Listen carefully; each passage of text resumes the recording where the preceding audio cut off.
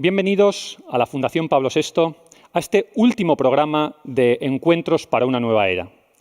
La religión, a lo largo de la historia, se ha configurado como una manera de entender, de comprender el mundo, de comprender la vida. La búsqueda de Dios, las preguntas sobre el origen y el final de la vida, el sentido del sufrimiento, de la propia existencia, nos han planteado permanentemente cuestiones a los seres humanos. Sin embargo, aunque millones de personas profesan la fe y la manifiestan públicamente, nos encontramos en un momento de relativismo y escepticismo, en una dinámica de posverdad, donde ni siquiera nos creemos aquello que realmente estamos viviendo. Pregunta como ¿cuál es el papel de las religiones hoy en la nueva era de este siglo XXI? ¿Cuál será la contribución que hagan las religiones a la paz, a la convivencia? ¿Si podremos vivir sin la existencia de Dios? ¿O si la religión tendría que ceñirse al ámbito privado o más bien expresarse en una esfera pública? Son algunas de las muchas cuestiones que nos plantearemos hoy en este espacio de encuentros para una nueva era. Comenzamos.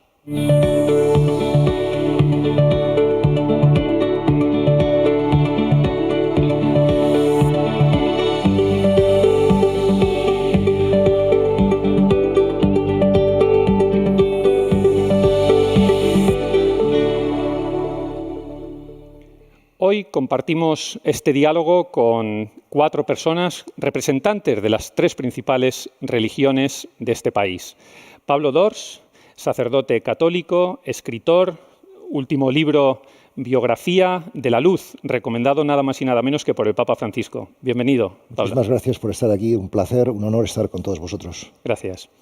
Isaac Querub es empresario, pero ha sido presidente de la Federación de Comunidades Judías de España. ¿Es correcto el nombre? Así es. Bienvenido, Isaac. Bien hallado. Carmen Márquez Beunza es teóloga, doctora en Teología por la Universidad Pontificia de Comillas, escritora también y especialista en evangelización, ecumenismo, cultura. Muchas gracias, Carmen. Gracias a vosotros por la invitación. Y Abdelaziz Hamaoui, eres imán y eres teólogo musulmán. ¿Es así? Correcto. Bienvenido. Gracias, un placer. Antes de comenzar este diálogo, vamos a ver un pequeñito vídeo, unos datos, y enseguida comenzamos. A debatir sobre el papel de las religiones en el mundo.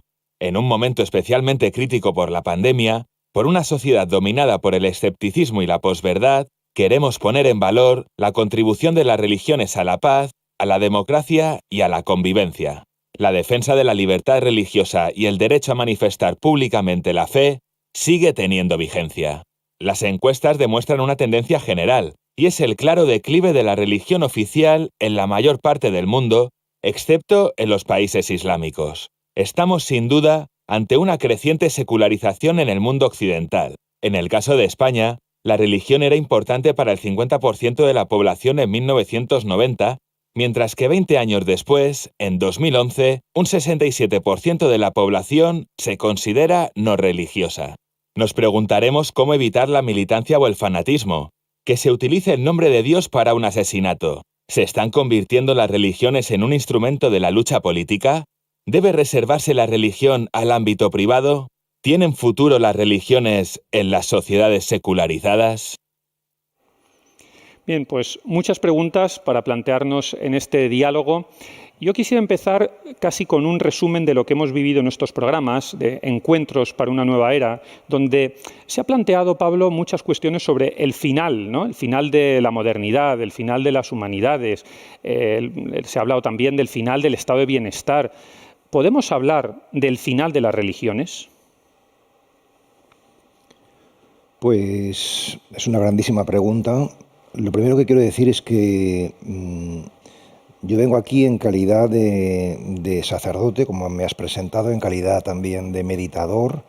Hace como unos 20 años aproximadamente yo sentí la necesidad de profundizar en la experiencia interior y bueno, hice la experiencia de emigrar espiritualmente sin dejar mi tradición cristiana, por supuesto, al mundo del Zen, y estuve durante 7 años en la práctica de la meditación Zen. Y yo creo que eso es lo que me puede dar, digamos, una cierta autoridad moral a la hora de hablar del diálogo interreligioso, ¿no?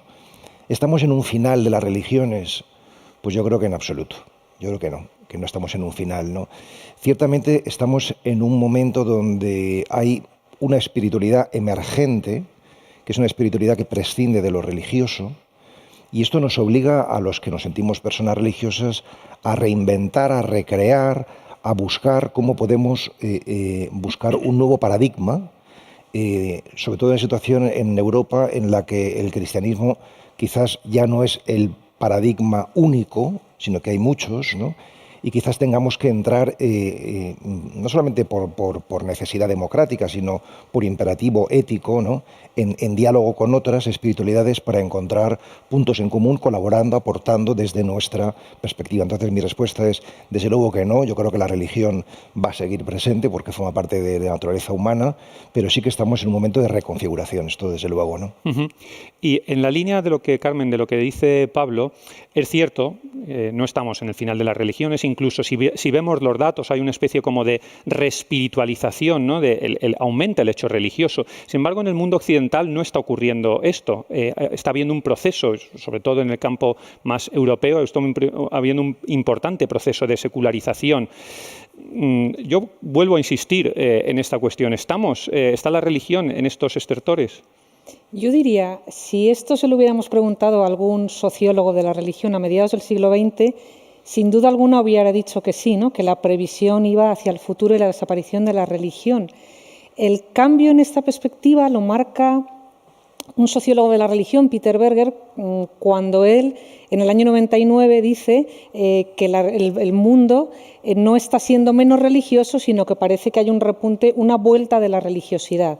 Y él, que había sido uno de los padres de la tesis de la secularización, publica un libro titulado La dessecularización del mundo. Entonces empiezan a analizar diversos autores a decir, bueno, un poco en la línea de lo que decía Pablo II, que hay una vuelta, un retorno a lo religioso. El propio Peter Berger llega a afirmar que el mundo está burbujeante, dice él, de pasiones religiosas. Dice, yo más bien, más que ver menos, veo emergencia de religiosidad.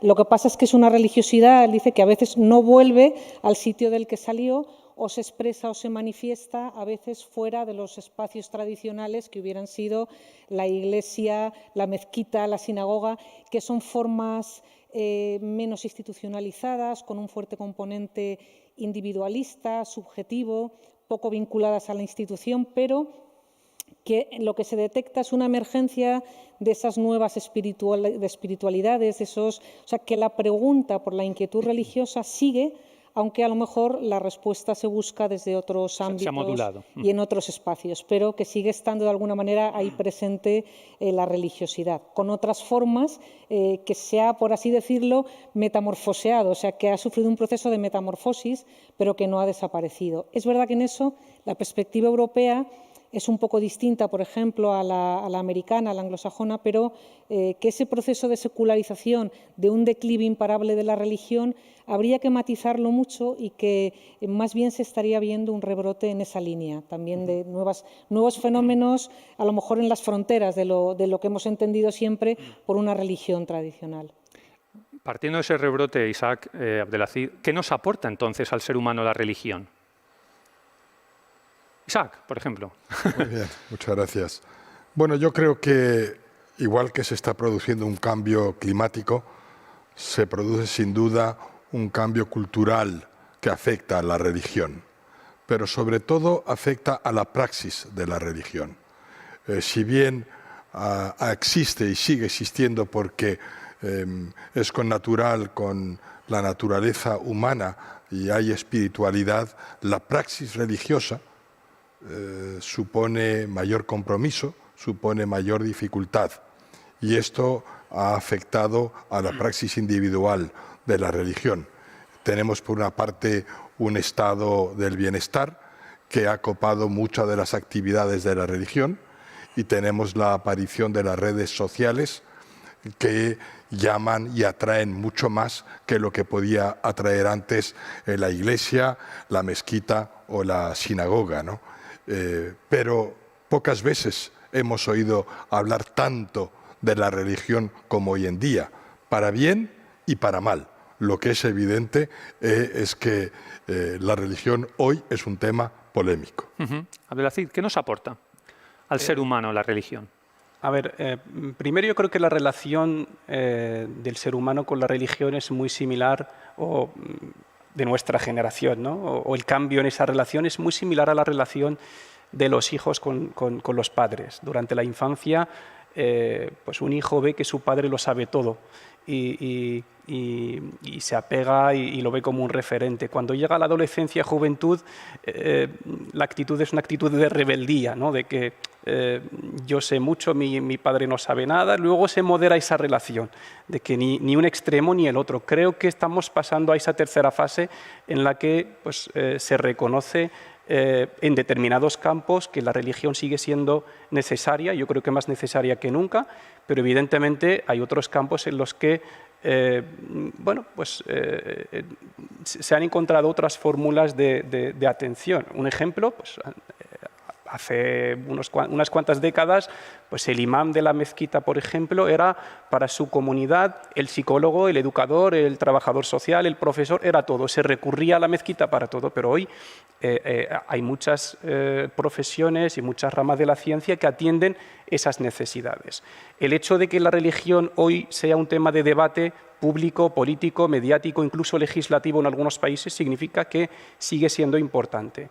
¿Qué puede aportar en la actualidad? Yo creo que sobre todo en dos campos. El primero es el individual, porque hasta ahora pues, la religión es la única capacitada para resolver las dudas existenciales de la persona, para pues, responder a esa necesidad inherente, íntima, ese instinto de búsqueda a Dios, de buscar esa paz mediante el vínculo con el Creador, y eso se refleja en los libros, en el top de ventas de los libros, ¿no? Siempre hay libros relacionados con espiritualidad, con religiones, con desarrollo personal, y el otro es el campo moral.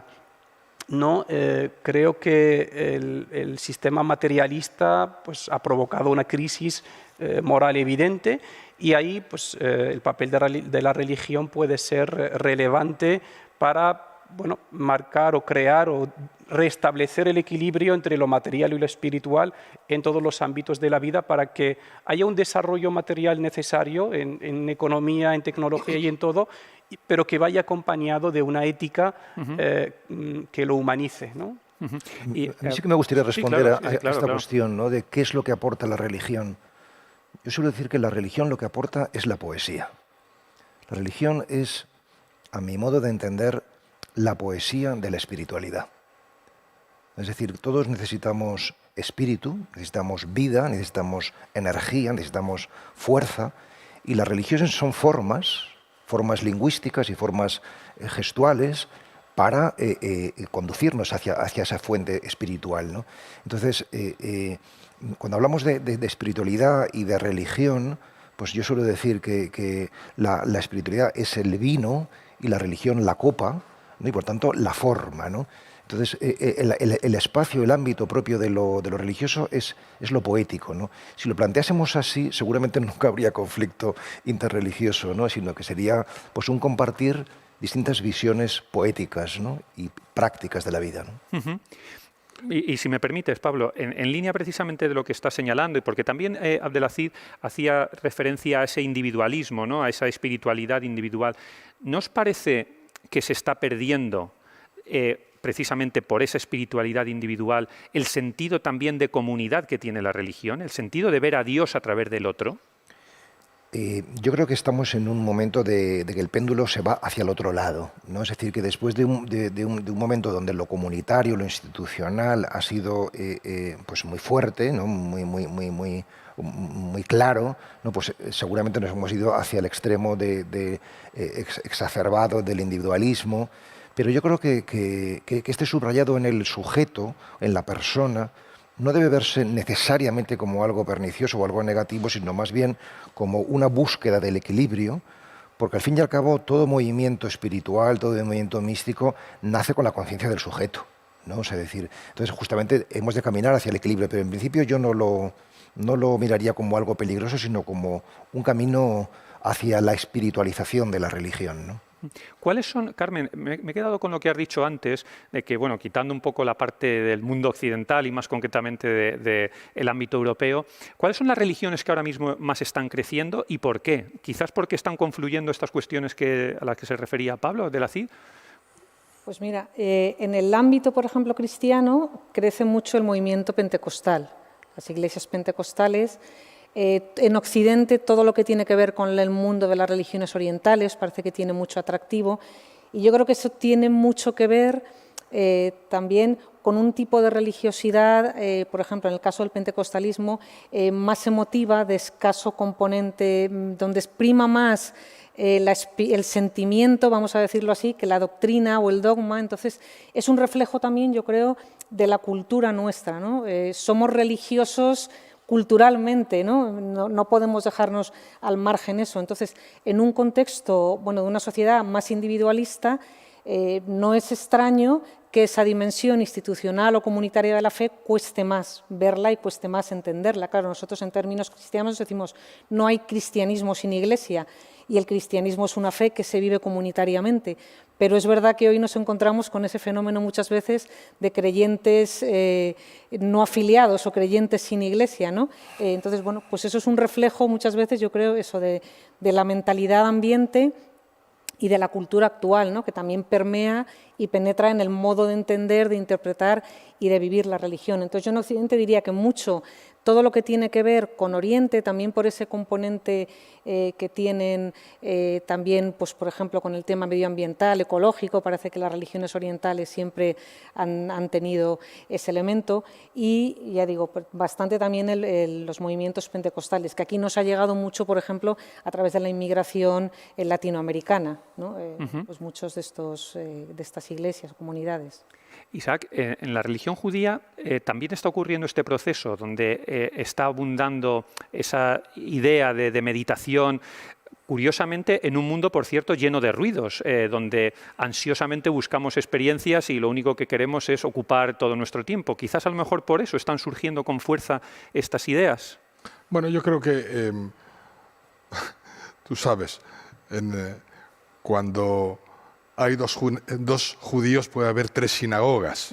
Yo creo que el judaísmo no se comprendería sin la discusión y sin el debate, ¿no? Y el judaísmo está, desde su nacimiento, está en constante proceso de discusión.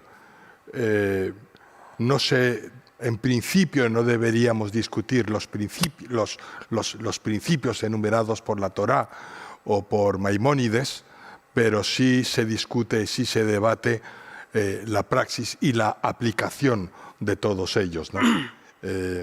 Yo creo que lo más importante, yo creo que la aportación en cuanto a la religión judía es lo que propone como concepto de religión. Es decir, el judaísmo no se impone, la religión no se impone.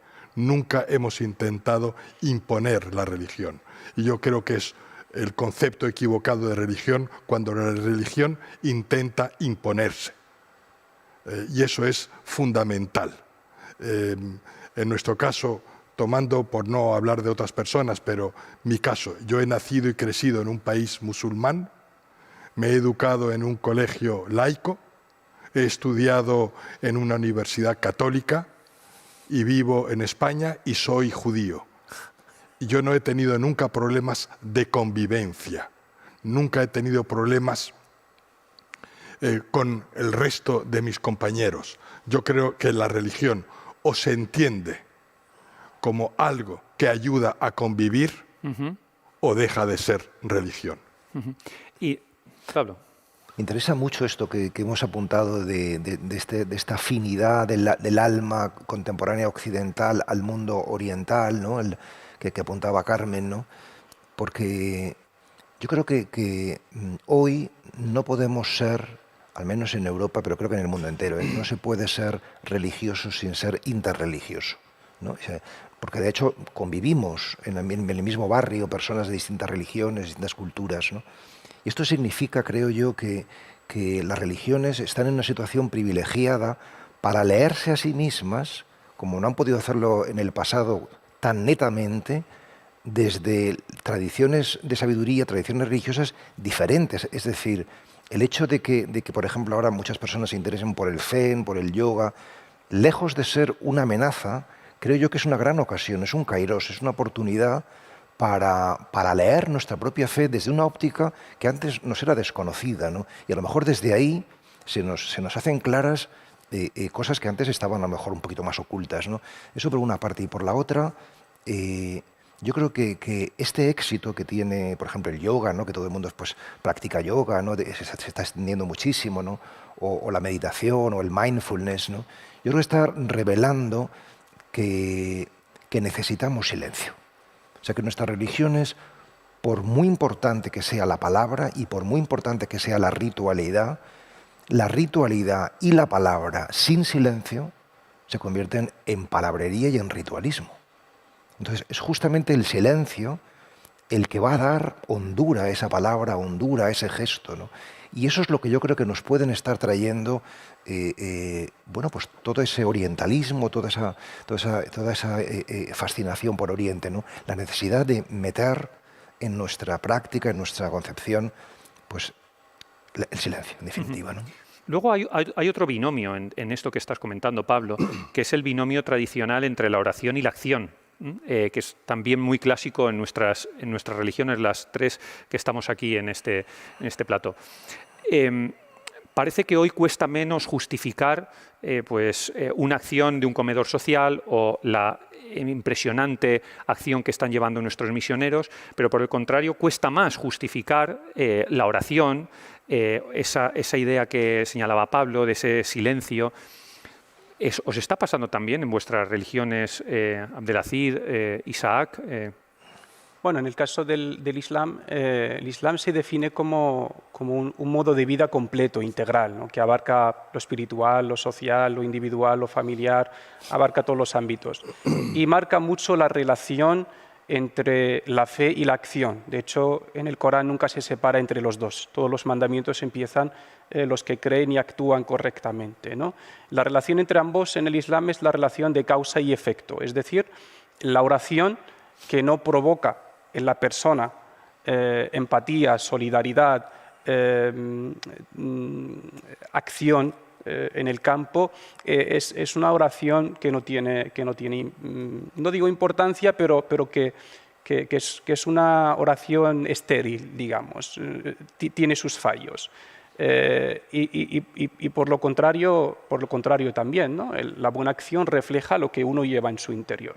En las fuentes islámicas encontramos textos en los que, por ejemplo, el profeta Mohammed directamente niega la fe a quien no hace determinadas cosas. Por ejemplo, dice, no es creyente el que duerme con la barriga saciada y su vecino pasando hambre. Dices, ¿tú qué tiene que ver una cosa con la otra? Pues esta es la relación. La fe tiene que provocar, tiene que producir una acción positiva. Una acción positiva. No se puede entender una cosa sin la otra en el Islam. Isaac, ¿os pasa lo mismo? Bueno, yo creo que depende. En el judaísmo hay de todo. Desde luego, el judaísmo hoy está dividido en tres grandes movimientos. Tienes a los ortodoxos, tienes a los conservadores, tienes a los reformistas, y en la juventud está abierto ese debate, ¿no?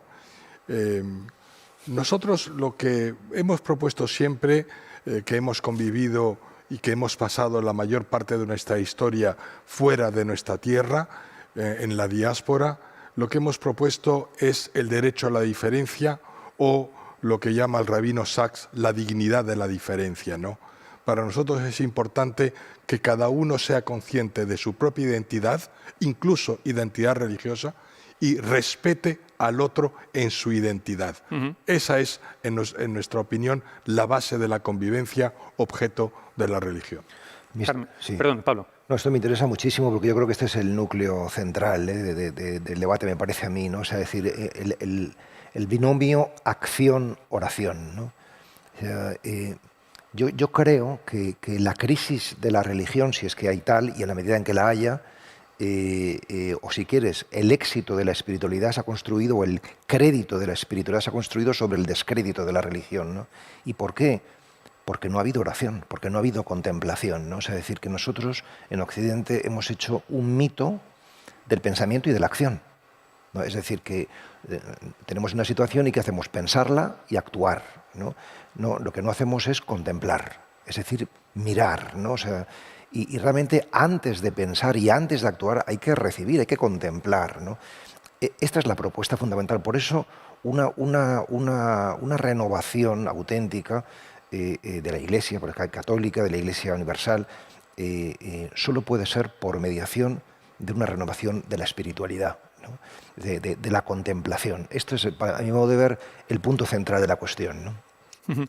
A mí me gustaría, Carmen, tocar un poco el tema de la libertad religiosa, de los modelos de Estado de la libertad religiosa. En España, nuestro artículo 16 de la Constitución dice que ninguna confesión tiene carácter estatal, pero al mismo tiempo los poderes públicos deben, ¿no?, de conversar con las comunidades religiosas, así dice este artículo, y por eso somos un Estado aconfesional, o nos definimos como un Estado aconfesional. ¿Realmente somos un Estado aconfesional? Porque si miramos, por ejemplo, nuestro país vecino Francia, ¿no?, un Estado que se define más como un Estado laico, el discurso de Macron en el Colegio de los Bernardins, el que hizo en el 2018, sobre ese diálogo entre Iglesia y Estado, bueno, parecía que estaba, ya lo firmaría para nuestro país. ¿Dónde estamos en este momento? Yo creo que estamos en un momento en el que tenemos el marco constitucional definido y lo que no tenemos tan claro es la concreción de eso, ¿no? Tenemos un marco jurídico claro, aconfesionalidad del Estado, regido por dos principios, independencia y colaboración. La cuestión es eso, cómo se concreta, ¿no? Yo creo que ahí es donde tenemos la dificultad, ¿no? Yo creo que cabe un amplio espacio para la presencia pública de lo religioso sin que eso vulnere esa confesionalidad del Estado, ¿no? Entonces, en ese sentido, yo creo que no, ahí hay una reivindicación desde el ámbito de lo religioso, desde el cristianismo y desde otras confesiones, de una presencia precisamente por la convicción de que las religiones tienen algo que aportar y algo con lo que contribuir al futuro y el bienestar de la humanidad. Entonces, en ese sentido, respetando, como decía, la laicidad, la confesionalidad del Estado, pero cabe todo un ámbito de presencia de lo público, de la religión, perdón, al ámbito de lo público. Entre otras cosas porque la religión no es algo restringido a la fe de la interioridad de cada uno, sino que la religión tiene una dimensión social que, por tanto, es pública. Nosotros diríamos, en términos cristianos, la construcción del reino, la fraternidad. Entonces, bueno, eso es público y afecta a la convivencia. Entonces, en ese sentido, recluir a la religión al ámbito exclusivo meramente del ámbito de lo privado, de la intimidad del individuo, es, diríamos, mutilar a la religión de una dimensión que es fundamental, al menos en los tres credos monoteístas, ¿no? Yo creo que en esto estamos de acuerdo. Yo creo que, contestando a tu pregunta, en España hemos hecho un progreso enorme desde la publicación de la Constitución del 78, artículos 14, 16 y el 17 que tú mencionabas, ¿no? El Estado español se define como aconfesional, y donde todas las religiones pueden, todos los miembros de las religiones pueden practicar su religión en libertad. Además, la diferencia entre la confesionalidad y un Estado laico es que el Estado puede promover el elemento religioso. No se mantiene neutral, sino que de alguna manera lo favorece. Y en este caso, además en España, en el año 92 se firmaron acuerdos entre el Estado y las diferentes religiones minoritarias de diferente arraigo, lo cual ha permitido que musulmanes o que judíos puedan practicar su religión con total libertad. Estamos viviendo un momento perfecto, es lo idóneo, es lo ideal. Siempre hay mejoras que hacer, pero yo creo francamente que eso ha permitido y permite una integración, que es lo bueno, que es lo deseable, no una asimilación, sino una integración en el seno de la sociedad y que todos podamos practicar nuestra religión en libertad. Podemos hacer más y podemos mejorar. Podemos intentar que los musulmanes no tengan una convocatoria de oposición el viernes o los judíos el sábado. Deberíamos intentarlo. Queríais intervenir también por aquí, me habéis pedido. Yo también quiero decir que evidentemente estoy de acuerdo con Carmen, porque es clarísimo, ¿no?, que que la fe cristiana tiene dimensión pública y que, en fin, vivirlo en el reducto privado pues no tiene sentido, ¿no? Pero el asunto es qué tipo de dimensión pública tiene que tener, ¿no?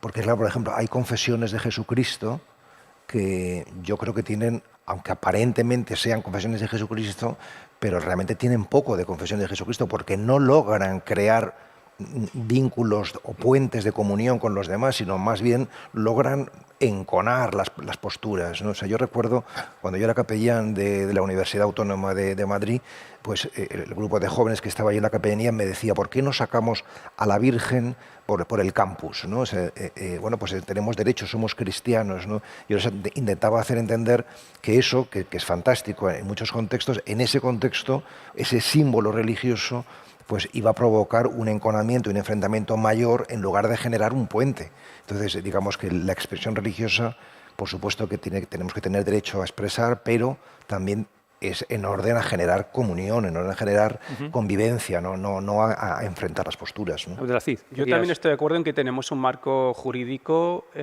teórico ideal, que se caracteriza por ser realista y por ser moderado, porque se sitúa entre dos extremos. Está el extremo del modelo francés, que persigue lo religioso en todas las esferas y quiere eliminar esa parte de la vida humana, y está el otro extremo que yo creo que no tiene ya cabida en una sociedad plural como la nuestra, que el que correspondía a la religión en el pasado, en el que la religión era la protagonista de todo, ¿no? Pero esto en la teoría. En la práctica yo creo que nos queda todavía mucho camino por recorrer. Por poner un ejemplo, el de la comunidad musulmana, pues sí, esos acuerdos de cooperación entre el Estado español y la Comisión Islámica de España, firmados en el 92, fueron un gran avance para su tiempo, que hasta el día de hoy siguen siendo unos acuerdos de lo mejor que hay, pero en la práctica muchos de sus artículos no se han desarrollado, no se han ejecutado, y seguimos peleando por llevar a la práctica una ley que se firmó hace 30 años. Luego, sí, muy estoy de breve. acuerdo con Abdelaziz cuando habla de posición extrema del Que Estado. no, que sí, que no. Que no.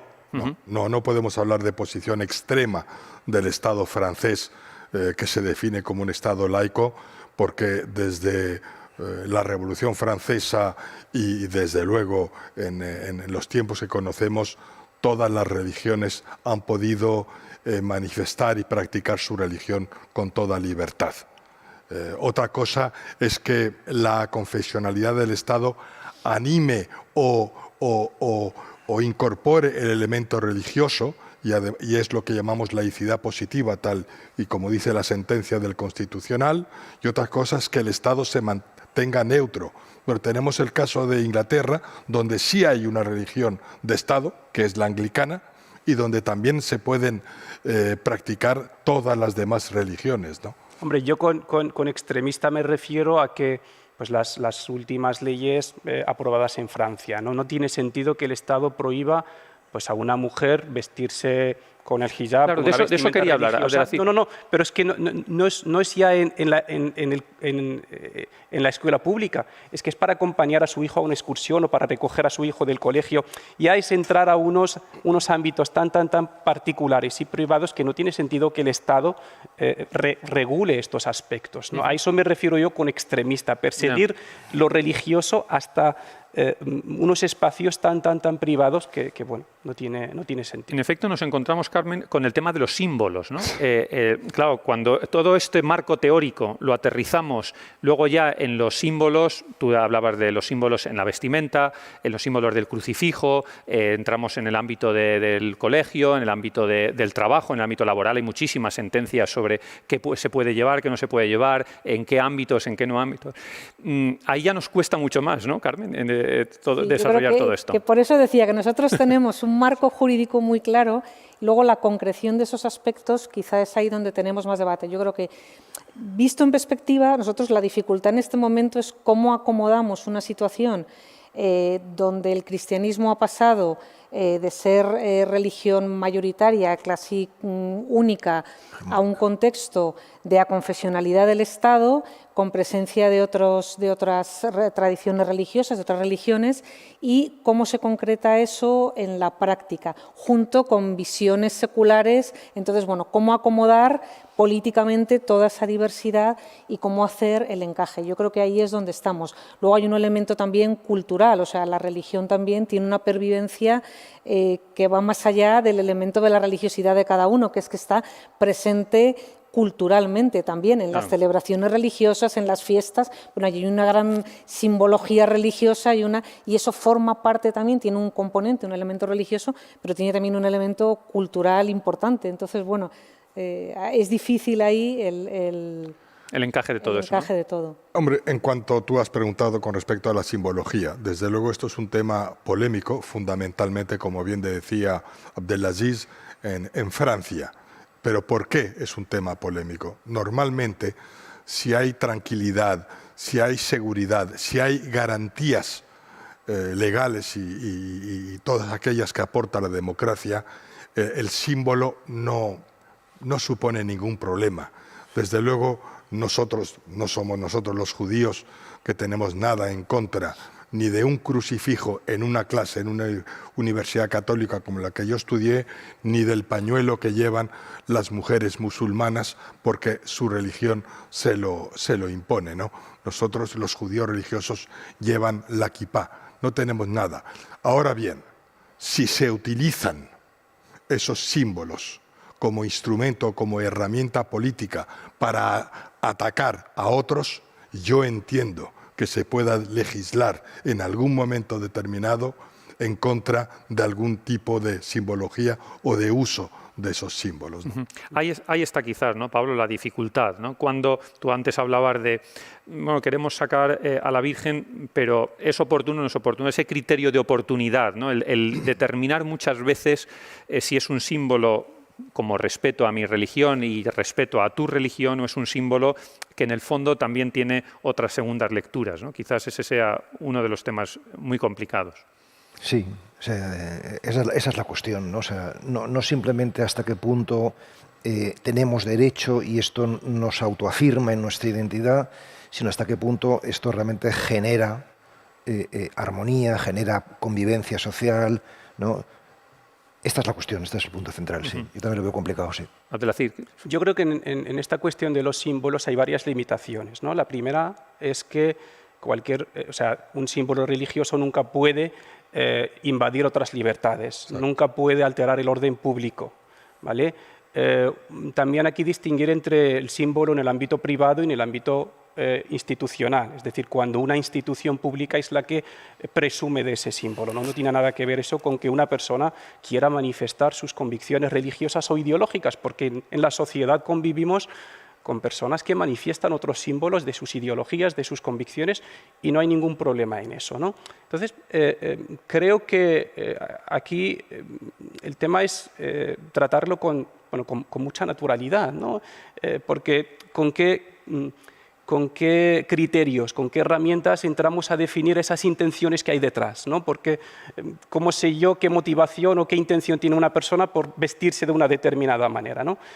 Por supuesto, estamos de acuerdo en que la instrumentalización religiosa aquí no tiene cabida, ¿vale?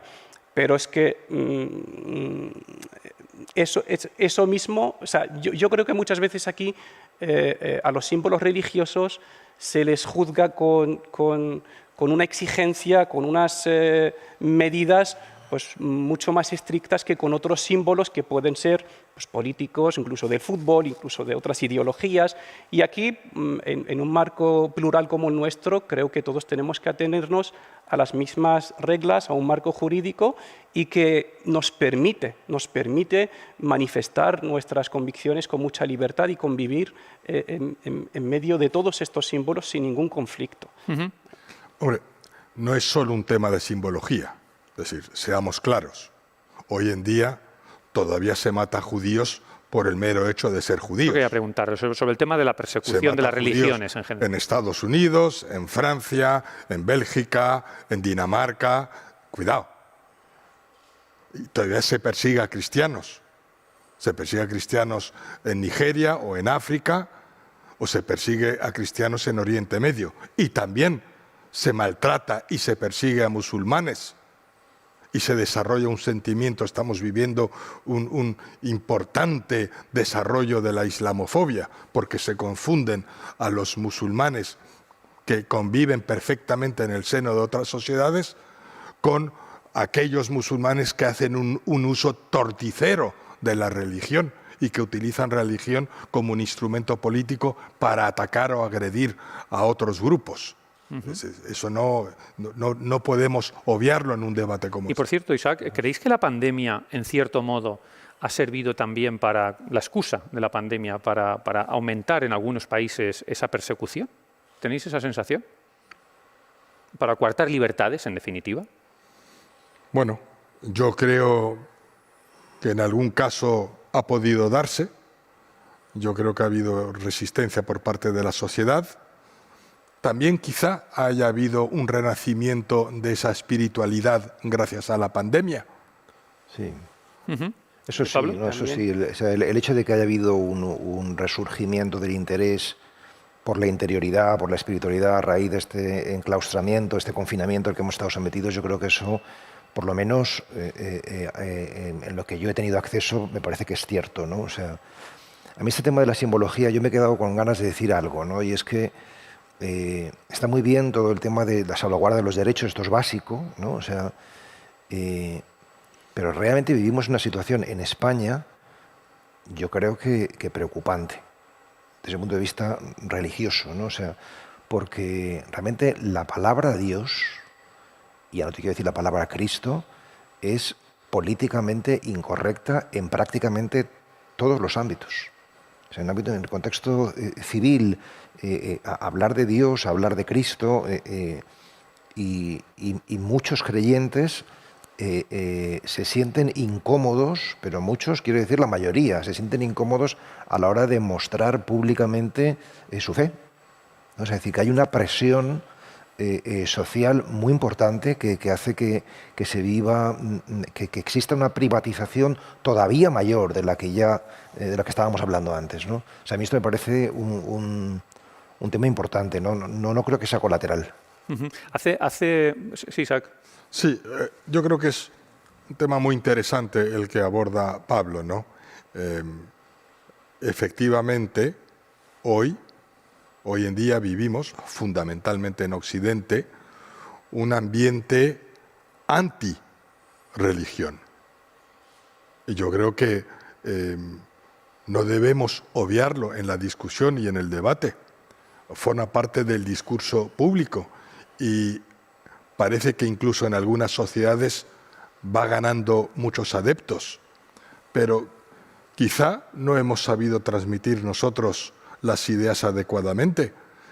Cuando mencionaba yo al principio, tenemos por una parte al estado del bienestar o las redes sociales que tanto trabajo y que fomentan ese individualismo de hombre-máquina.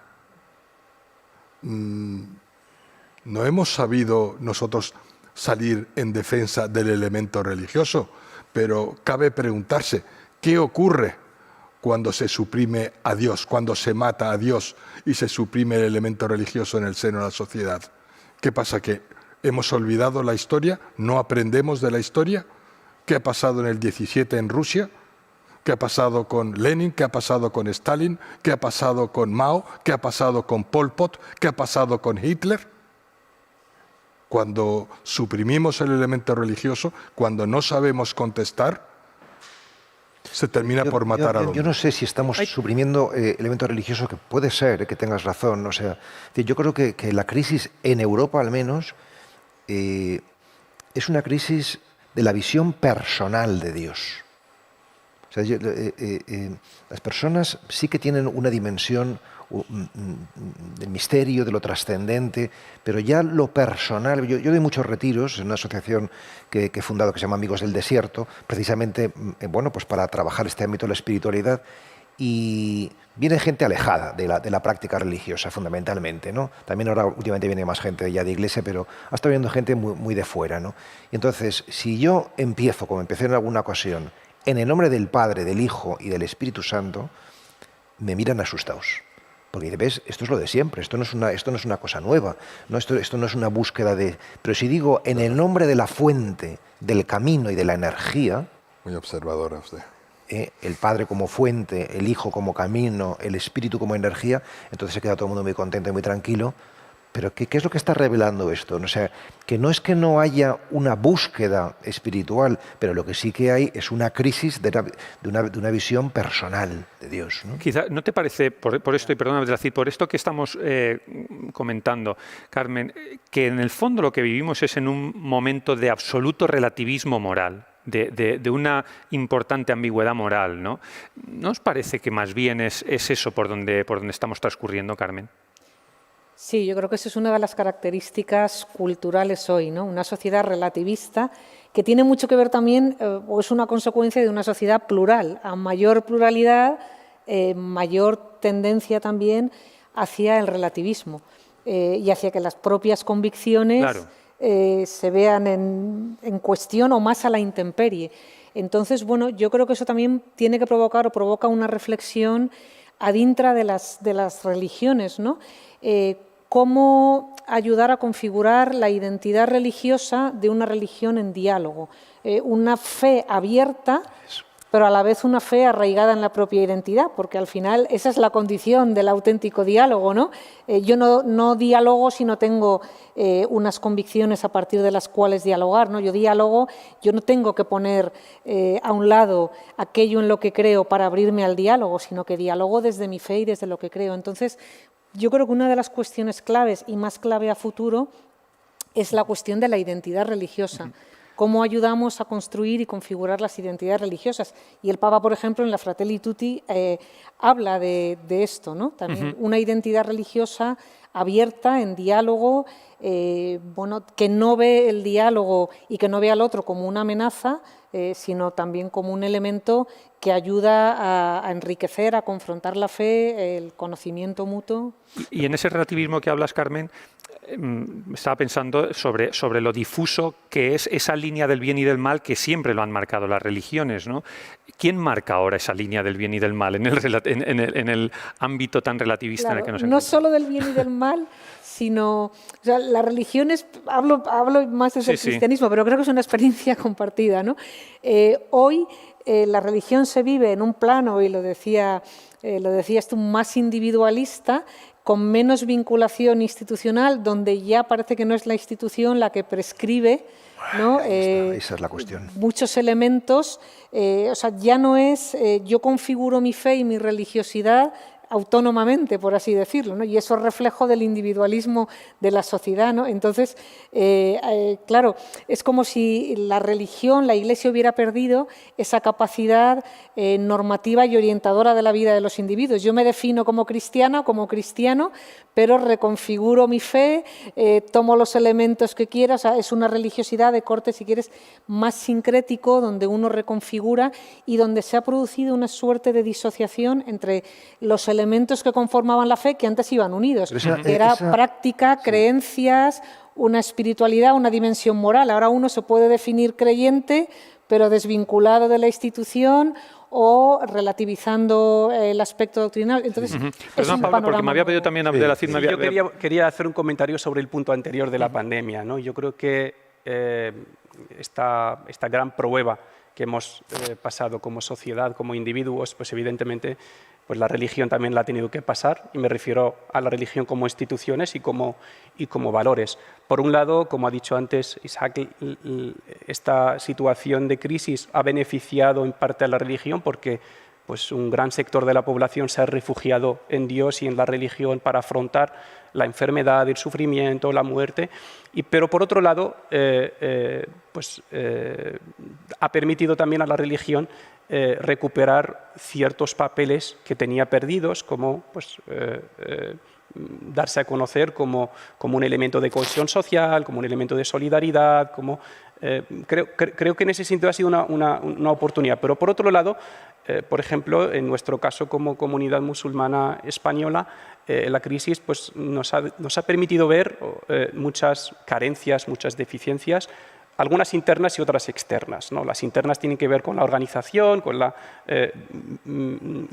estructura, y las externas tienen que ver con esos derechos que comentábamos antes, ¿no? Por ejemplo, el derecho al entierro, ¿no? En esta pandemia y con la dificultad de movilidad nos hemos visto muchas veces muy bloqueados sin poder enterrar a nuestros seres queridos, pues porque hay muy pocos cementerios y todos ellos tienen la limitación de la zona geográfica, ¿no? Solo quería hacer este comentario. Pero sobre este último punto, el caso del Islam es diferente.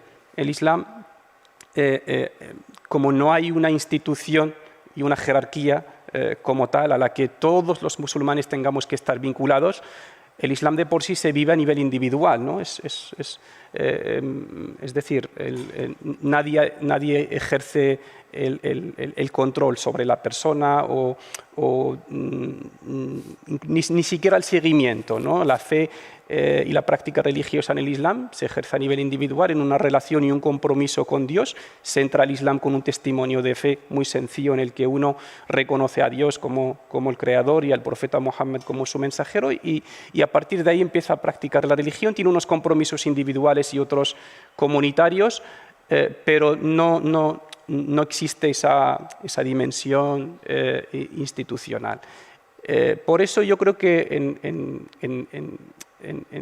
en el marco o en el campo moral que estamos comentando, pienso que eso se debe básicamente a que las religiones vamos un poco atrasadas en ese proceso de adaptación a los tiempos, ¿no? Y por eso, evidentemente, si no, aquello de renovarse o morir es totalmente cierto, ¿no? Y en el renovarse o morir, que dice Abdelaziz, Pablo, los lenguajes, tú antes hablabas del lenguaje, de la poesía. Tenemos también que renovarnos las religiones en el lenguaje, en el contexto, en la forma de comunicarnos, en la forma de expresar. Desde luego que sí, un sí rotundo, ¿no? O sea, yo quiero decir también una cosa de lo anterior, brevísimo. O sea, esta reconfiguración que apuntaba Carmen, ¿no? que hoy pues uno se puede definir pues cristiano pero no eclesial, en fin, tantas cosas, ¿no? Yo creo que no es algo necesariamente negativo, o sea, que eso no apunta necesariamente a una religión a la carta y demás, ¿no? Sino que eso está apuntando hacia una personalización de la fe y hacia una verdadera maduración de la fe, ¿no? Que no simplemente acepta lo que institucionalmente se propone, sino que realmente busca comprender, busca reconfigurar para la propia vida, es decir, que tiene algo también de positivo y de necesario, ¿no? Y respecto a los lenguajes, claro, o sea, es decir, yo creo que la causa fundamental, a mi modo de entender, hay tantas, ¿no? Pero una muy importante de la deserción masiva de los católicos en España y en Europa en general, en esas últimas décadas, es que el lenguaje eclesiástico o eclesial, o sea, ha dejado de ser, de resonar, ¿no? O sea, es decir, que si no buscamos una renovación desde la tradición, ambas cosas son fundamentales, porque claro, si solamente la tradición, pues somos simplemente conservadores, ¿no? O sea, la fidelidad es necesariamente creativa, ¿no? Si no hacemos esto, pues evidentemente seguiremos en un proceso de decadencia, ¿no? Entonces, ¿qué lenguajes? ¿No? Pues yo creo que fundamentalmente dos: el lenguaje simbólico y el lenguaje narrativo. Es decir, si nosotros entramos en la expresión narrativa de la fe y la expresión simbólica, que es por ahí donde creo que tiene que ir la educación religiosa, tanto de los jóvenes como de los adultos, yo creo que lograremos, pero claro, sin demasiado miedo, ¿no? Con prudencia, sí, pero si tenemos tanto miedo, pues al final no cambiamos nada, ¿no? Si seguimos reproduciendo fatalmente aquello de lo que queremos superar, ¿no? Como no tenemos mucho tiempo y por ir sacando temas, me gustaría a continuación sacar tres temas así como muy sistemáticos, el tema de las vocaciones, el tema de la crisis de las vocaciones, el tema de la presencia de la mujer y los errores, que también las religiones cometen errores. El tema de las crisis de las vocaciones. Isaac, venga, ¿tenéis o no tenéis? Bueno, yo creo que no se da esa crisis de vocaciones en el seno del judaísmo. Yo creo que al contrario, hay mucha gente joven interesada en aprender, en estudiar, Es verdad que en la estructura judía no es para nada similar a la cristiana, es quizá más parecida a la musulmán. No existe una institucionalización de la religión ni una jerarquía. El rabino es un guía espiritual, pero la religión judía, la educación judía se da fundamentalmente en el seno de la familia, en la casa, alrededor de una mesa y con la práctica de las tradiciones, ¿no? Y yo he visto, no sé, a mí me da la impresión que tanto en todas las ramas del judaísmo, como el ortodoxo, como el reformista, como el conservador, hay mucha gente joven que se dedica a estudiar y después quiere guiar a la comunidad o dedicarse a la vida académica. Carmen, muy brevemente, sobre qué crisis de las vocaciones. Bueno, yo diría, una cosa es las vocaciones al sacerdocio y vida religiosa. También es cierto que yo creo que en España hemos tenido una situación sociológica durante décadas de un gran florecimiento vocacional. Bueno, yo creo que ahí sí que hay una crisis y habría que ver cómo se recrean también los lenguajes, ese proceso de transmisión en la fe, los canales de transmisión, ¿no? Lo que en otros contextos, en otras épocas ha sido más fácil, ahora a lo mejor hay que repensar y recrear esos canales de transmisión, ¿no? La sociedad ha habido una gran transformación y nosotros, yo diría, aquí siempre hemos tenido muy claro que la fe tenía que inculturarse en otros contextos y siempre hemos partido de que el presupuesto de que Europa era un contexto ya cristiano y cristianizado y, por tanto, una pastoral de conservación servía. Probablemente hoy hay que repensar eso y hay que plantear cómo llegar a la gente hoy y sobre todo cómo llegar a las jóvenes generaciones, ¿no? A la gente más abundando joven. en lo que dice ella, que estoy totalmente de acuerdo, porque bueno, creo que no es realmente una crisis de vocaciones, sino creo que es una crisis del modelo sacerdotal y una crisis del modelo de vida religiosa, pero no de vocaciones, porque realmente esa voz interior sigue escuchándose y la gente sigue obedeciendo, sigue respondiendo, ¿no? Pero no en esos modelos estructurales del sacerdocio y la vida religiosa, ¿no? El segundo apunte, la presencia de la mujer. Mi impulso más natural sería... Ay, perdona, Beatriz.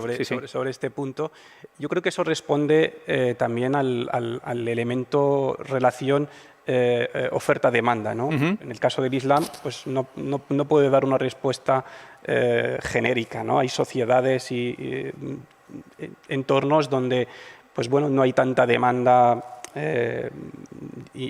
o tanto interés vocacional. Sin embargo, en el contexto europeo sí que hay pues mucho interés por parte pues, de muchos jóvenes que requieren esa formación para dedicarse a la vida religiosa.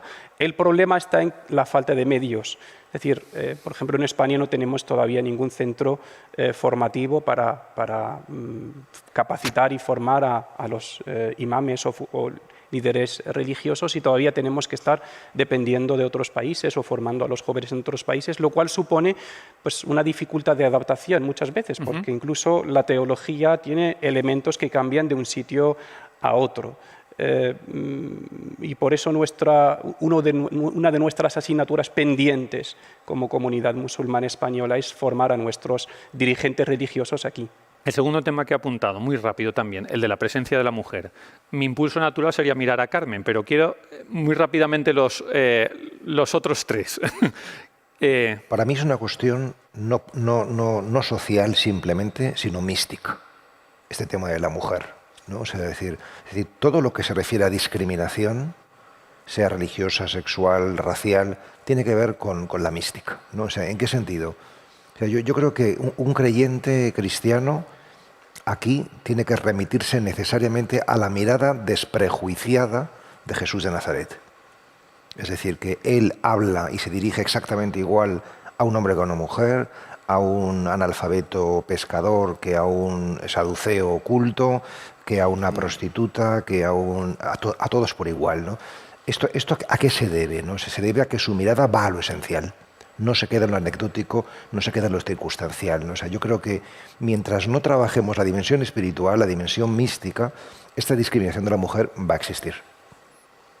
Jacques. En el mundo judío yo creo que vemos cada vez mayor presencia de la mujer a nivel de guías espirituales. Cierto es que En el movimiento ortodoxo no se admite a la mujer que ejerza como rabino. Esto no es un impedimento expuesto en la Torá, sino que viene de una tradición, puesto que los sacerdotes del templo eran hombres, llamados los Kohanim, y desde entonces no se admitió que la mujer fuera rabino, pero circunscrito al tema ortodoxo. En el ámbito, en los movimientos reformistas y conservadores, se admite que la mujer ejerza como rabino. Yo aquí distingo entre dos espacios. En las fuentes islámicas, que son el Corán por un lado y las enseñanzas del profeta Muhammad, no se refleja ninguna discriminación en cuanto a derechos, obligaciones, papeles, funciones, todo. Y la mujer musulmana desde la primera sociedad fundada por el profeta tuvo un papel protagonista. Pero en el campo de las comunidades, las instituciones, sí que el papel de la mujer sigue estando por debajo de lo deseado en general, y creo que para ser fieles a las enseñanzas del Islam hay que potenciar ese papel de la mujer, y por eso ha surgido en el Islam algo que se llama el feminismo islámico, que reivindica un espacio adecuado a la mujer partiendo desde el Corán y las enseñanzas del profeta. Carmen. Yo diría, bueno, que la igualdad de la mujer es una de las grandes conquistas del siglo XX. Y eso bueno, pues va teniendo una traducción en el ámbito religioso. O sea, yo diría, mirando a la Iglesia, bueno, pues se ha avanzado mucho, aunque queda todavía mucho por hacer. Entonces yo sí que diría, bueno, pues hay ámbitos en los que ya hay una presencia mucho mayor de las mujeres, hay otros ámbitos donde habría que ir teniendo un mayor espacio. O sea, si tú miras a la Iglesia, hay una gran presencia de mujeres. Quien sostiene la catequesis, por ejemplo, pues mayoritariamente son mujeres.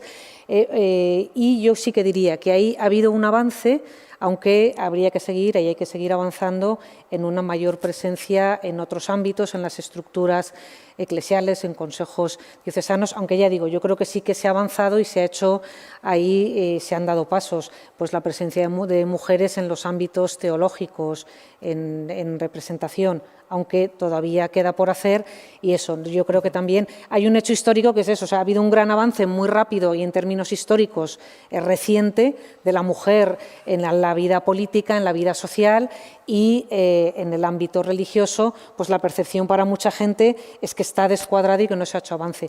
Yo creo que ahí sí que se va avanzando, bueno, lo que pasa es que, bueno, algunos dirían demasiado lento, ¿no? Y anhelarían que fuera a un ritmo más rápido, pero yo creo que sí que, bueno, ha habido, y el Papa, por ejemplo, lo ha reconocido, ¿no? Una mayor presencia de las mujeres en distintos ámbitos eclesiales, y yo creo que eso, bueno, pues es un proceso que tampoco se puede esperar que se produzca de la noche a la mañana, o sea, que se va dando paulatinamente. Y os he anunciado un tercer punto, que era el tema también de los errores, ¿no? Los errores en la Iglesia, los errores en las religiones en general, el tema de los abusos, el tema de la corrupción, el tema del terrorismo, el tema del radicalismo religioso.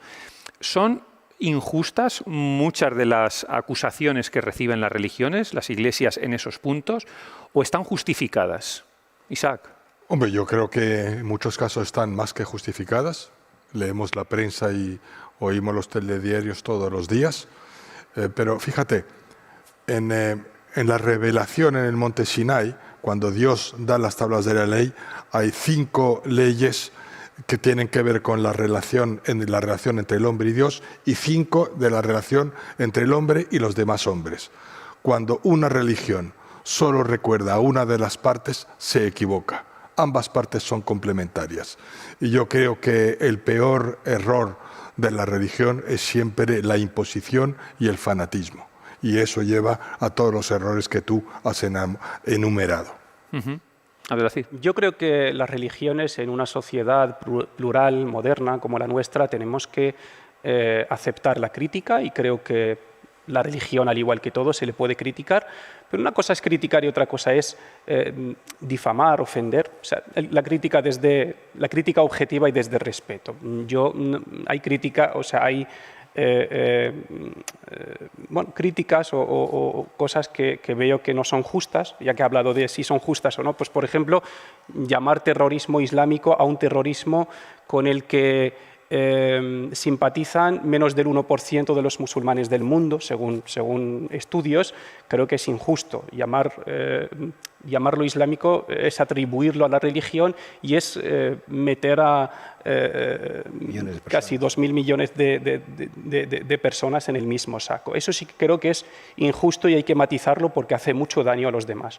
Pero hay otras críticas que evidentemente, sobre todo críticas pues, a las instituciones religiosas, porque las instituciones religiosas son humanas y como cualquier obra humana tiene sus defectos y sus carencias. Yo diría que los errores, por muy dolorosos que sean, y lo son, no dejan de ser en última instancia una buena noticia, porque nos ayudan a crecer. Nos recuerdan nuestra naturaleza errática, nos recuerdan nuestra imperfección, nuestra necesidad de mirarnos, de pedir perdón y de corregir, ¿no? O sea, eso por una parte, ¿no?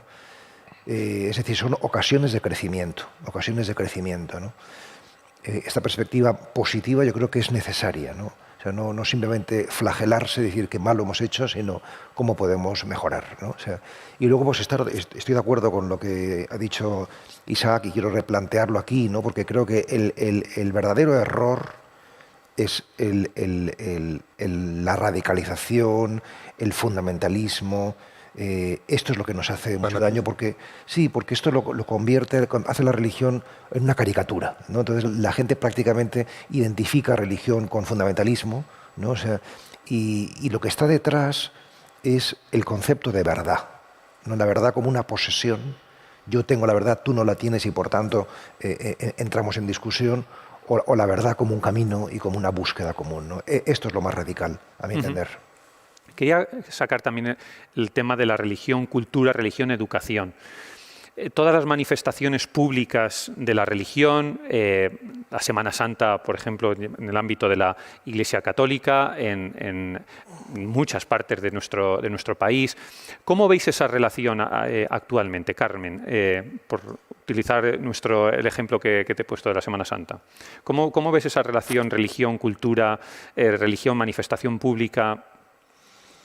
Bueno, yo creo que hay un componente, o sea, nosotros estamos en un contexto, no solo en España, en Europa, ¿no?, donde la religión forma una parte muy importante de la cultura. O sea, hay una dimensión creyente y hay una dimensión cultural de lo religioso que nos ha configurado y nos configura históricamente. Entonces, ahí hay una dimensión que tiene mucho que ver también con la identidad cultural, con la identidad histórica. Entonces, bueno, yo creo que hay un componente, y tú decías, pues en España las procesiones de Semana Santa es un ejemplo paradigmático de eso, ¿no? Tú vete a Andalucía y di que suprimes una procesión Entonces, bueno, pues forman parte de un componente cultural también muy fuerte, no solamente religioso para el creyente, sino que ha configurado la identidad cultural de los pueblos. Bueno, entonces, esa es una dimensión que está ahí, ¿no?, más allá, ya digo, de la creencia, y eso tiene mucho que ver con ese proceso de secularización, ¿no?, o de una sociedad que algún autor diría poscristiana, pero donde el cristianismo tiene un pozo y un peso. Por eso es importante conocer, más allá de la creencia religiosa, el conocimiento religioso, ¿no?, para respetar y para entender, para las dos cosas. Y una cuestión que nos daría para otro debate es el tema de la educación, ¿no? ¿Se puede entender la educación sin explicar el hecho religioso? ¿Qué papel tiene la religión en la educación? Abdelazid, Isaac. Sí, bueno, yo creo que la diversidad en una sociedad como la nuestra se refleja en todo. Se refleja en la gastronomía, se refleja en los barrios, se refleja en los festivos, en los elementos culturales y se refleja también en la educación, en los centros educativos, ¿no?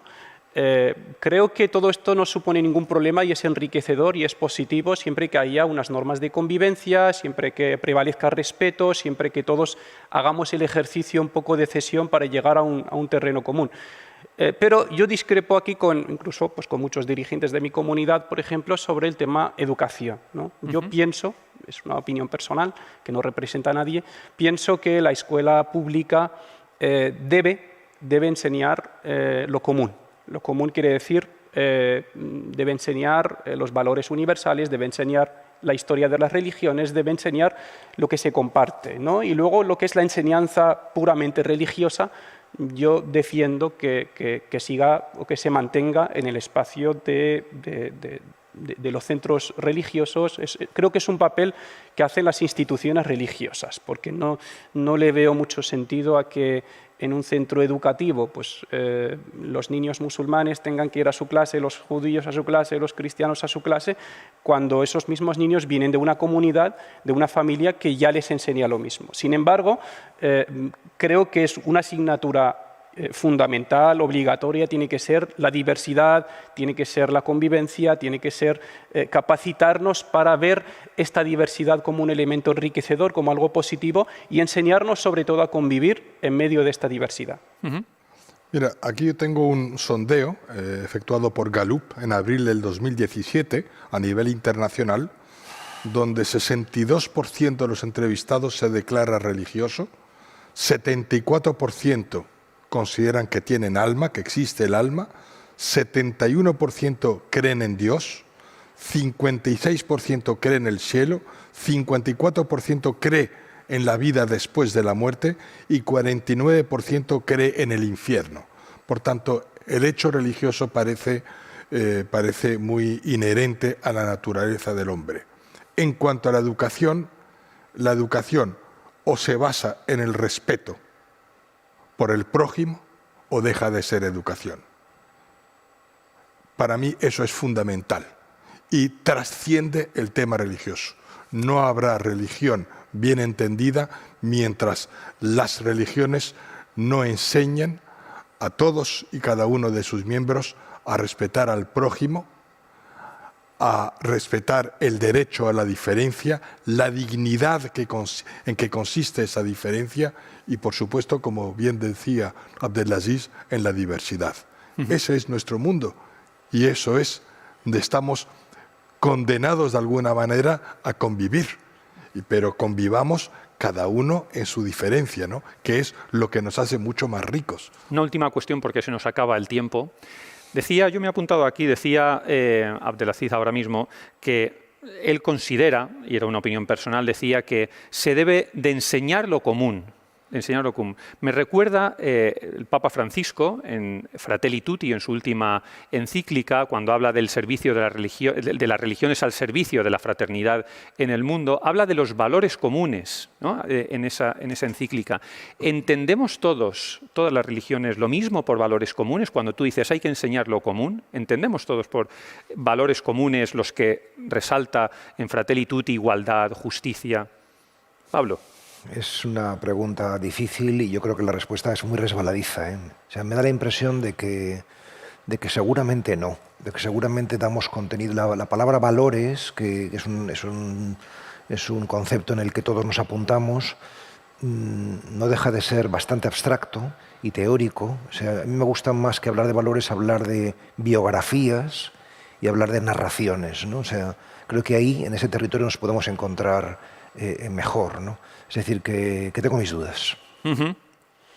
Pues perdona, pero decir, tenemos 30 segundos. Yo simplemente basándome en una trayectoria de diálogo interreligioso que supera los 15 años, pienso que sí que hay muchos valores comunes. Pienso que, sobre todo las tres religiones monoteístas, compartimos muchos valores: la fraternidad, la igualdad, el amor al prójimo, la generosidad. Hay muchos valores. Evidentemente, si entramos en los matices, encontramos algunas diferencias que yo creo que sin importancia, y creo que debemos actuar como un frente común para conservar y proteger estos valores, porque hay muchos de ellos que están en peligro de extinción. Pues hemos llegado a... Yo prefiero conservar las personas, ¿no? Es decir, esto es para mí lo esencial. Bueno, pero es cierto que hay valores comunes. Sí. Yo creo que hemos de trabajar en Claro que sí, pero tantas veces lo pequeño es lo que nos diferencia, ¿no? Muy bien, pues muchísimas gracias Pablo, Isaac, Carmen, Abdelaziz. Muchas gracias a todos los que nos han seguido en estos programas que hemos tenido y que hoy ponemos el broche final a esta serie de encuentros de espacios de encuentros para una nueva era. Ha sido un placer estar con todos ustedes, con todos los que nos han seguido en la Fundación Pablo VI, con todos los que nos han seguido a través del canal 13TV, y quiero dar las gracias a todas las personas que han estado detrás de ello, y en especial pues, a la directora de comunicación de la Fundación Pablo VI, Sandra Várez, y a todo el personal de 13TV. Muchísimas gracias a todos. Hasta la próxima. Ahora les dejamos con la película Hotel Ruanda.